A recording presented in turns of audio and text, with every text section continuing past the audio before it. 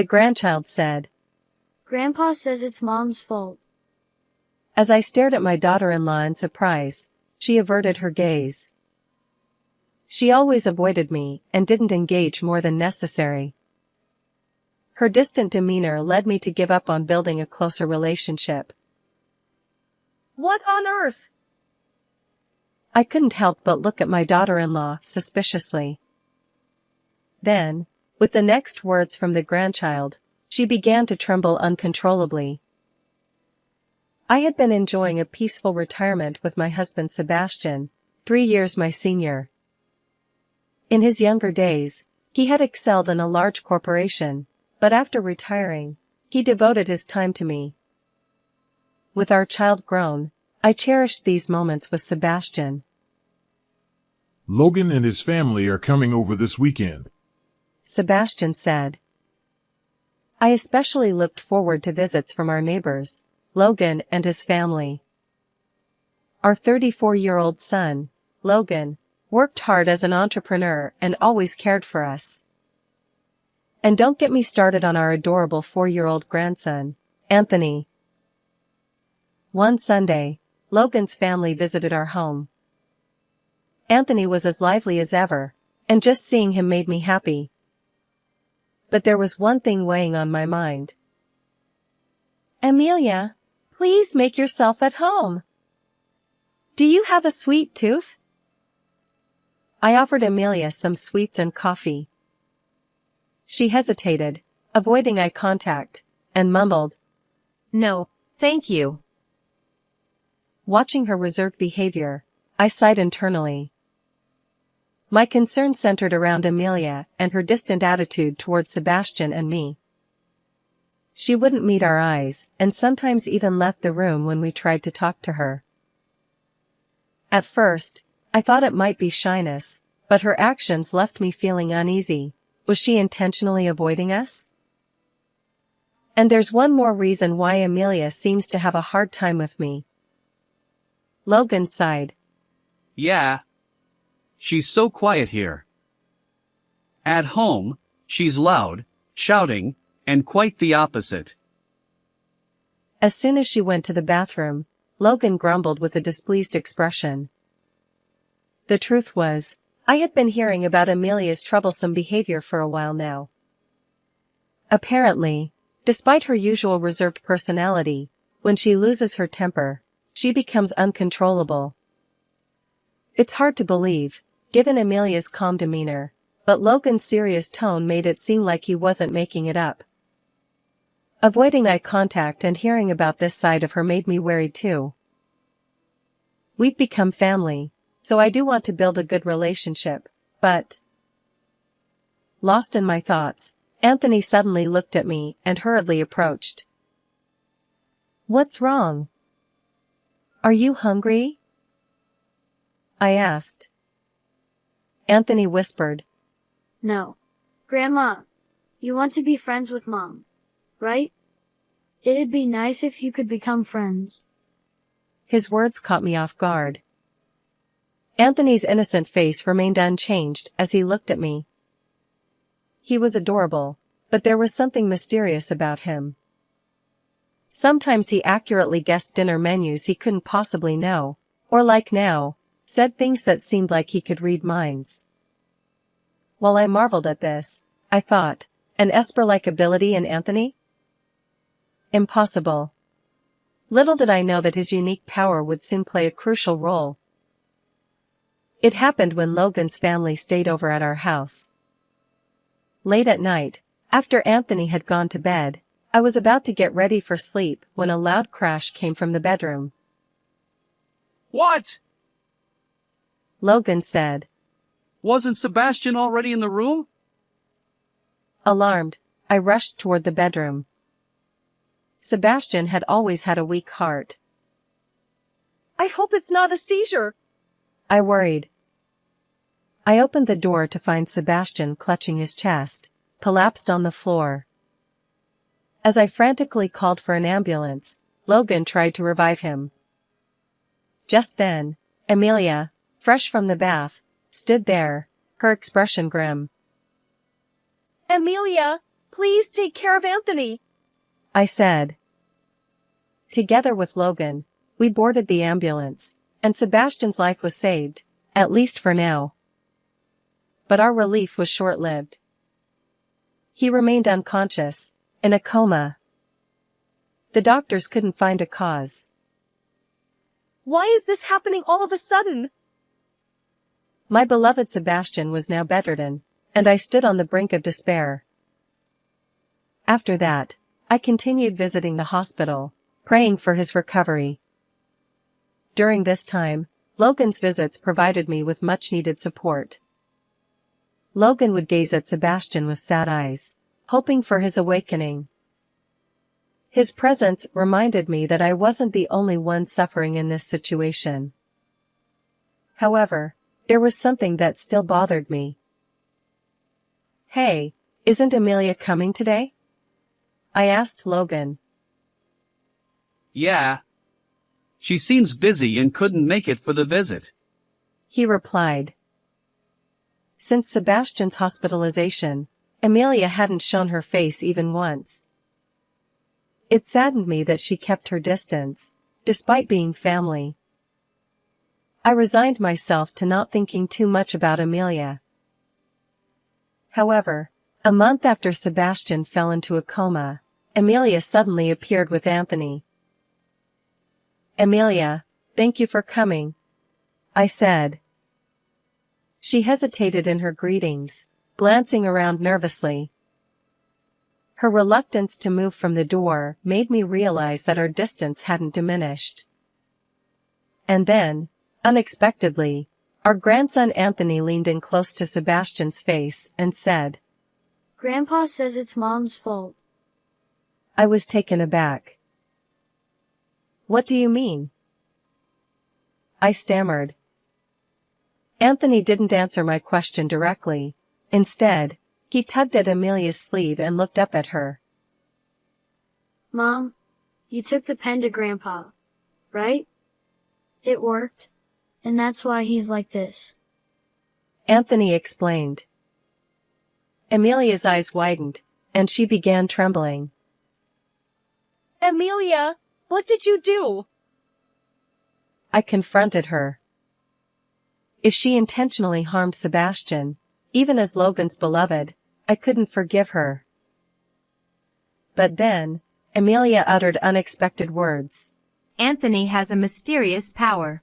He can understand people's hearts.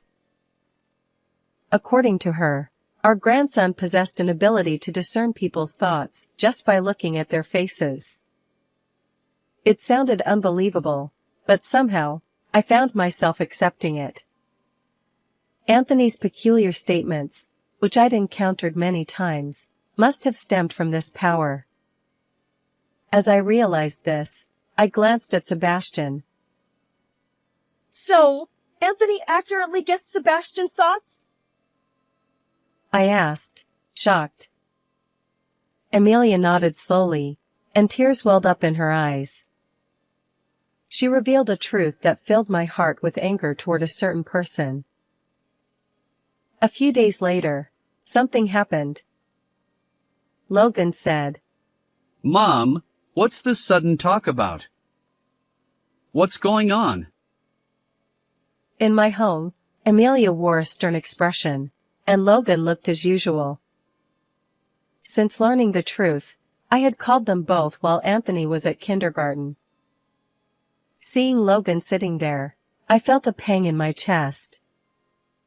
Logan, whom Sebastian and I had raised with care, was our precious child, no matter how old he became. At least, that's what I thought. You're the reason Sebastian ended up like that.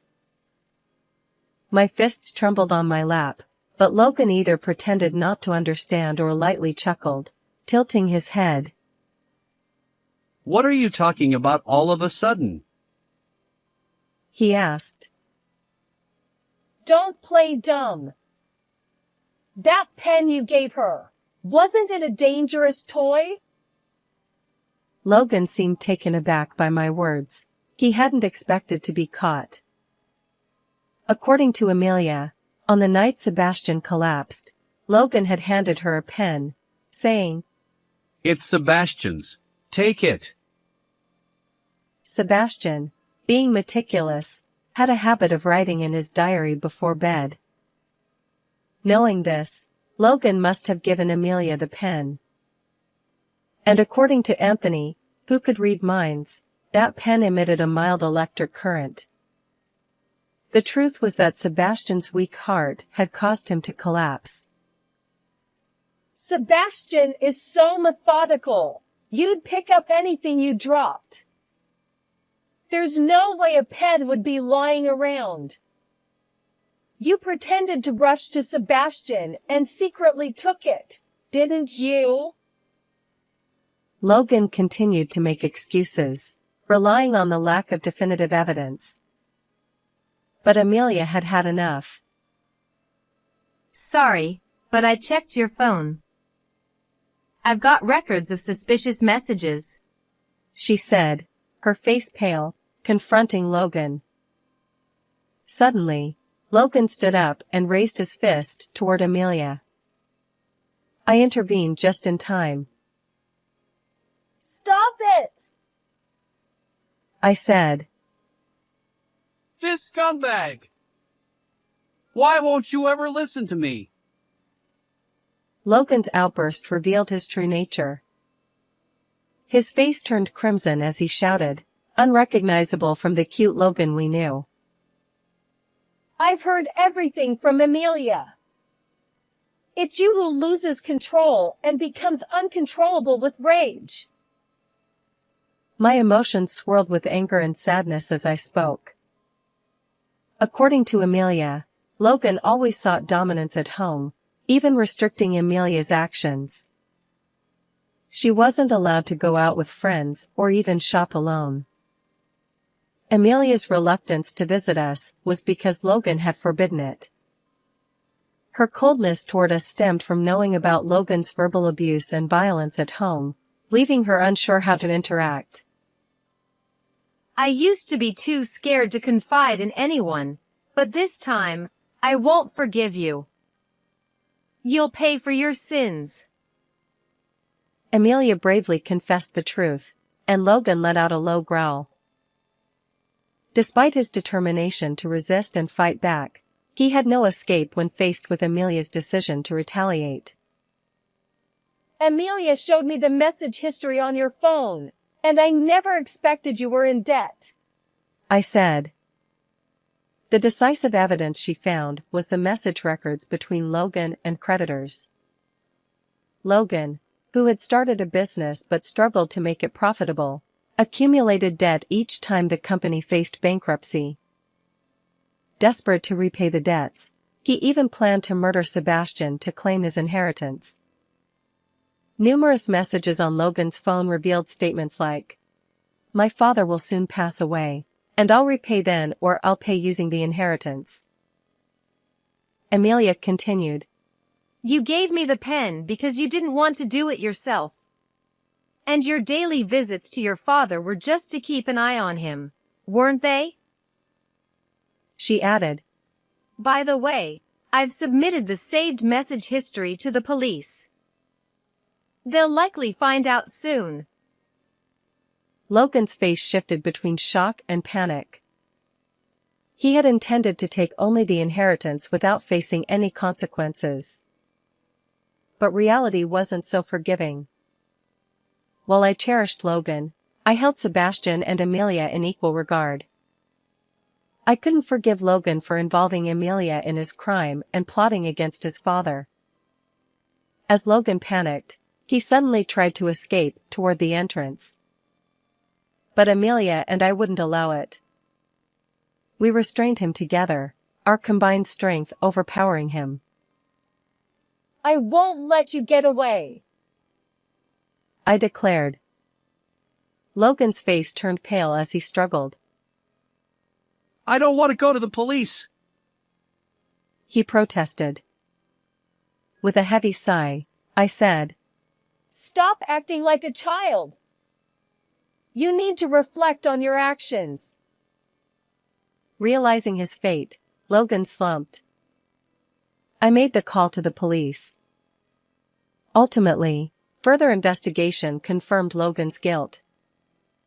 Due to the severity of the case, he spent time in prison. Amelia filed for divorce, and I severed our family ties.